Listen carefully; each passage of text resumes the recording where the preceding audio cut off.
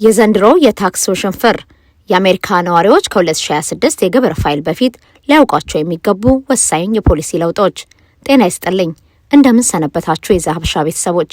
ይህ አሜሪካ ለምትኖሩ ወገኖቻችን የተዘጋጀ ልዩ የፋይናንስና የታክስ መረጃ ነው። ዛሬ የምንመለከተው ጉዳይ በቀጥታ ኪሳችሁን የሚመለከት ካላስተዋላችሁ ግን ዋጋ ሊያስከፍላችሁ የሚችል ወሳኝ ጉዳይ ነው። አብራችሁን ብቆዩ ታተርፋላችሁ። መልካም ቆይታ። የአውሮፓውያን 2026 ዓ.ም የግብር ወይም የታክስ መክፈያ ጊዜ ሊጀምር ጥቂት ብቻ ቀርተውታል። ብዙዎቻችን እንደተለመደው ጃንዋሪ ሲጠባ ደብሊው2 ሰብስቤ ታክሴን አሰራለሁ ብለን እናስብ ይሆናል። ነገር ግን የዘንድሮ ማለትም የ2005 በጀት ዓመት ታክስ ከዚህ ቀደም ከምናውቀው የተለየ መልክ ይዞ እየመጣ ነው። በዋይት ሀውስ የተከሰቱ የፖለቲካ ለውጦች፣ አዳዲስ የጸደቁ ህጎችና በግብር መስሪያ ቤቱ IRS ውስጥ የተደረጉ አስተዳደራዊ ለውጦች ተደማምረው የዘንድሮ ታክስ ውስብስብ አድርገውታል። በተለይ ፕሬዝዳንት ዶናልድ ትራምፕ ባለፈው ጁላይ ወር የፈረሙት ታላቁና ውብ ህግ ቢግ ቢዩቲፉል ቢል ተብሎ የሚጠራው አዲስ ህግ የታክስ አሰራሩን የለውጥ በርካታ አንቀጾች ይዟል። ታዲያ ይህ ለውጥ እርስዎን እንዴት ይነካውታል? ተመላሽ ያገኛሉ ወይስ ተጨማሪ ክፍያ ይጠበቅቦታል? ዛሬ በዝርዝር የምንመለከታቸው 5 ዋና ዋና ነጥቦች አሉ። እነርሱም የነጻ ታክስ መስሪያ መንገዶች መዘጋት፣ የስቴትና የአካባቢ ታክስ ተቀናሽ ጣራ ማደግ፣ የቲፕና የትርፍ ሰዓት ክፍያዎች ታክስ ነጻ መሆን፣ ለአረጋውያን የተሰጠው ተጨማሪ ዕድልና በአይሬስ መስሪያ ቤት የተፈጠረው የሰራተኞች እጥረት ናቸው። በኤች&አር ብላክ የታክስ ኢንስቲትዩት ምክትል ፕሬዝዳንት የሆኑት አንዲ ፊሊፕስ እንደሚሉት ይህ ዓመት በርካታ ለውጦች የታዩበት ዓመት ነው። በሕይወታችን ሰርፕራይዝ ወይም ድንገተኛ ስጦታዎች እንወዳለን። ነገር ግን ማናችንም ብንሆን የታክስ ዕዳ ሰርፕራይዝ እንዲያደርገን አንፈልግም። ስለሆነም ሰዎች የቤት ስራቸውን ቀድመው እንዲሰሩ እመክራለሁ ሲሉ አስጠንቅቀዋል። እስኪ እነዚህ ለውጦች አንድ በአንድ በዝርዝር እናብራራቸው። አይሬስ ዳይሬክት ፋይል አገልግሎት መሰረዝና አማራጮቹ። የመጀመሪያው ምናልባትም ብዙዎችን በተለይም አነስተኛ ገቢ ያላቸው ዜጎች በቀጥታ የሚነካ ጉዳይ አይሬስ ዳይሬክት ፋይል የተሰኘው አገልግሎት መቋረጥ ነው። ይህ ፕሮግራም ምን ነበር? በፕሬዝዳንት ጆ ባይደን አስተዳደር ጊዜ የተጀመረ ሲሆን ግብር ከፋዮች ያለምንም ክፍያ በቀጥታ በመንግስት ድረገጽ ላይ ታክሳቸውን እንዲሞሉ ወይንም ፋይል እንዲያደርጉ የሚያስችል አሰራር ነበር። ዓላማውም ዜጎች ለታክስ ባለሙያዎች ወይም ለሶፍትዌር ኩባንያዎች ገንዘብ መክፈል ሳይጠበቅባቸው ግዴታቸውን እንዲወጡ ማስቻል ነበር። ሆኖም የትራምፕ አስተዳደር በኖቬምበር ወር ላይ ይህንን ፕሮግራም መሰረዙን አረጋግጧል።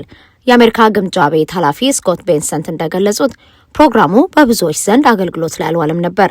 አክለውም የግሉ ዘርፍ ማለትም እንደ ቱርቦ ታክስና ኤች&አር ብላክ ያሉ ኩባንያዎች ይህንን ስራ ከመንግስት በተሻለ ሊሰሩት ይችላሉ ብለን እናምናለን ሲሉ የውሳኔውን ምክንያት አስረድተዋል። ይህ ውሳኔ ግን በተንታኞች ዘንድ ተቃውሞ ገጥሞታል። በካሊፎርኒያ ዩኒቨርሲቲ የታክስ ህግ ፕሮፌሰርና በባይደን ጊዜ በታክስ ፖሊሲ ቢሮ ያገለገሉት ኪምበርሊ ክላውሲንግ ውሳኔውን አሳዛኝ ሲሉ ይገልጹታል። የአሜሪካ የታክስ ስርዓት እጅግ ውስብስብ ነው። አንድ ተራ ሰው ወረቀትና እርሳስ ይዞ ታክሱን መስራት አይችልም። ስለዚህ ሰዎች የግድ ገንዘብ ከፍለው ሶፍትዌር መግዛት ወይም ባለሙያ መቅጠር አለባቸው። ዳይሬክት ፋይል ይህንን ወጪ ያስቀረ ነበር ይላሉ። ታዲያ አማራጩ ምንድን ነው? በዚህ ዓመት ይህንን ነጻ አገልግሎት መጠቀም አስባችሁ የነበረ ከሆነ ሌላ እቅድ ማውጣት አለባችሁ። ፕሮፌሰር ክላውሲንግ የሚከተሉት አማራጮች ይጠቁማሉ። 1 አይሬስ ፍሪ ፋይል። ዓመታዊ ገቢያችሁ ከ$84,000 በታች ለሆኑ ሰዎች አሁንም ክፍት የሆነ ነጻ የመንግስት አማራጭ አለ።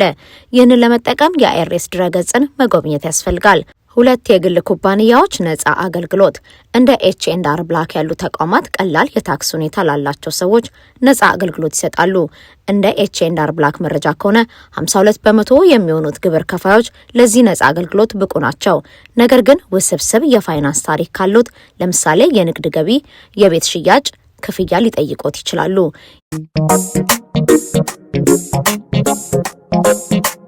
የስቴትና የአካባቢ ታክስ ተቀናሽ ጣራ ማድረግ። ሁለተኛው ትልቁ ለውጥ ከፍተኛ ግብር በሚከፈልባቸው እንደ ካሊፎርኒያ፣ ኒውዮርክ፣ ሚኒሶታና ዲሲ ባሉ አካባቢዎች ለሚኖሩ ወገኖቻችን መልካም ዜና ሊሆን ይችላል። ይህ ሳልት ዲዳክሽን ወይም የስቴትና ሎካል ታክስ ተቀናሽ ይባላል። ከዚህ በፊት በነበረው ሕግ ለስቴትና ለአካባቢ መንግስት የከፈሉት ታክስ ከፌዴራል ታክስ ላይ እንዲቀነስሎት ሲጠይቁ መጠኑ $10,000 መብለጥ አይችልም ነበር። አሁን ግን በፕሬዝዳንት ትራምፕ ቢግ ቢዩቲፉል ቢል አማካኝነት ይህ ጣራ ለአንዳንድ ግብር ከፋዮች ወደ $40,000 አድጓል። ይህ ማለት ምን ማለት ነው? እስኪ በምሳሌ እንየው። አቶ ከበደ በሚኒሶታ ይኖራሉ እንበል። ለስቴቱ የገቢ ግብርና የቤት ግብር ፕሮፐርቲ ታክስ በድምሩ $30,000 ከፍለዋል። በድሮ ሕግ ከዚህ ውስጥ $10,000 ብቻ ነበር ከፌዴራል ታክስ ላይ መቀነስ የሚችሉት። በአዲሱ ሕግ ግን መስፈርቱን ካሟሉ ሙሉን $30,000 መቀነስ ይችላሉ። ይህ ደግሞ የሚከፍሉትን የፌዴራል ታክስ በከፍተኛ ሁኔታ ይቀንሰዋል። ማን ይጠቀማል? ይህ ለውጥ በዋናነት ተጠቃሚ የሚያደርገው ዓመታዊ ገቢያቸው ከ100,000 እስከ $500,000 የሆኑና ወጪን ዘርዝሮ ማቅረብ የሚመርጡ ሰዎችን ነው። ነገር ግን ገቢያቸው በጣም ከፍተኛ ለሆነ ከ$500,000 በላይ ሰዎች ጥቅሙ እየቀነሰ ይሄዳል። ገቢያቸው ከ$600,000 በላይ ለሆኑት ደግሞ የድሮ የ$10,000 ገደብ እንደተጠበቀ ይቆያል። አንዲ ፊሊፕስ ሲመክሩ ይህ አዲስ ጣራ ማለት ብዙ ሰዎች ከመደበኛው ተቀናሽ ይልቅ ወጪያቸውን ዘርዝረው ማቅረብ የተሻለ ሆኖ ሊያገኙት ይችላሉ ይላል። ስለዚህ የቤት ብድር ወለድ ሞርጌጅ ኢንተረስት፣ የቤት ግብርና ለተራድኦ ድርጅት የሰጣችሁትን እርዳታ ማስረጃዎች በሚገባ ሰብስቡ።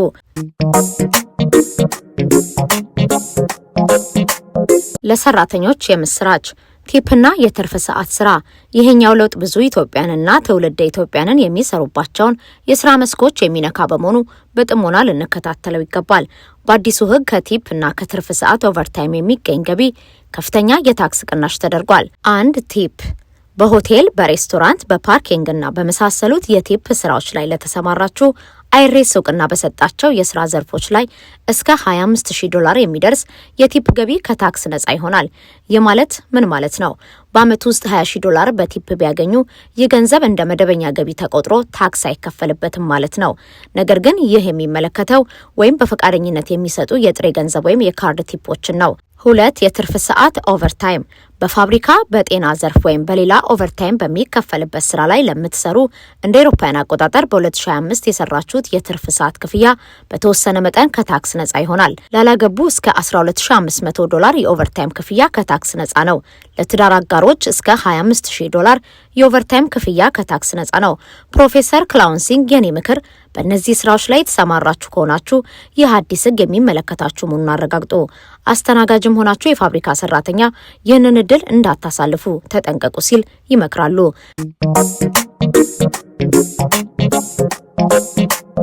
ለአረጋውያን የተሰጠ ተጨማሪ ተቀናሽ። 4ኛው ነጥብ አረጋውያን ወላጆቻችንን ወይም ጡረተኞችን ይመለከታል። ቢግ ቢዩቲፉል ቢል እድሜያቸው ከ65 እና ከዛ በላይ ለሆኑ ዜጎች ተጨማሪ የታክስ ቅናሽ ይዞ መጥቷል።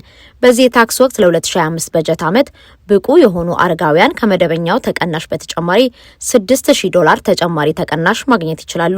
ይህ ለጡረተኞች ትልቅ እፎይታ ነው። ሆኖም አንድ ገደብ አለ።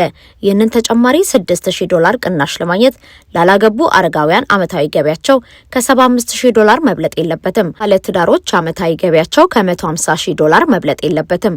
ከዚህ መጠን በላይ ገቢ ያላቸው አረጋውያን የቅናሹ ጥቅም ቀስ በቀስ ያጣሉ።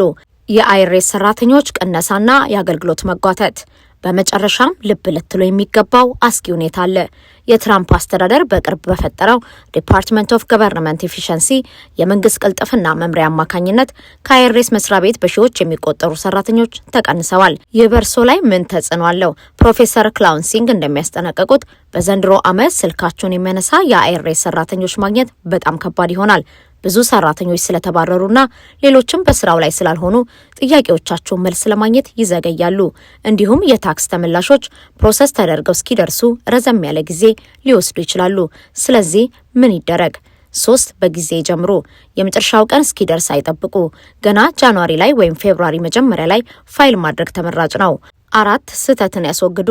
ስህተት ሰርቶ ማስተካከያ መጠየቅ ዘንድሮ እጅግ አድካሚ ሊሆን ይችላል። ስልክ የሚያነሳ ሰው ላይኖር ይችላል። 5 ባለሙያ ያማክሩ። ነገሮች ውስብስብ ከሆኑባችሁ የኦንላይን ማሳያዎችን ተጠቀሙ፣ አሊያም የታክስ ባለሙያዎችን በአካል ያነጋግሩ። አንዲ ፊሊፕስ እንደሚሉት እርግጠኛ ካልሆኑ ባለሙያ ለመጠየቅ አይፍሩ። ውድ የዛሀበሻ ቤተሰቦች የዘንድሮ የ2026 ታክስ ወቅት ከወዲሁ የለውጥ ዓመት ተብሎ ተፈርጇል። ቀደም ሲል የነበሩ ነፃ አገልግሎቶች ጠፍተዋል። ነገር ግን አዳዲስ የቅናሽ እድሎች በተለይ ለሰራተኞችና ለአረጋውያን መጥተዋል። በሌላ በኩል የመንግስት መስሪያ ቤት አቅም መዳከም ስጋት ፈጥሯል። ስለዚህ ከወዲሁ ሰነዶቻችሁን አሰባስቡ፣ የኦቨርታይምና የቲፕ መረጃችሁን አደራጁ፣ ለስቴት የከፈላችሁትን ግብር ደረሰኝ ያዙ። ከሁሉም በላይ መረጃ ኃይል ነውና ይህንን መረጃ ለወዳጅ ዘመዶ ያካፍሉ። የዘንድሮ ታክስ የእርስዎን ኪስ እንዳይጎዳ የቤት ስራውን በጊዜ ይስሩ። መልካም የታክስ ወቅት ይሁንላችሁ። ከዛሀበሻ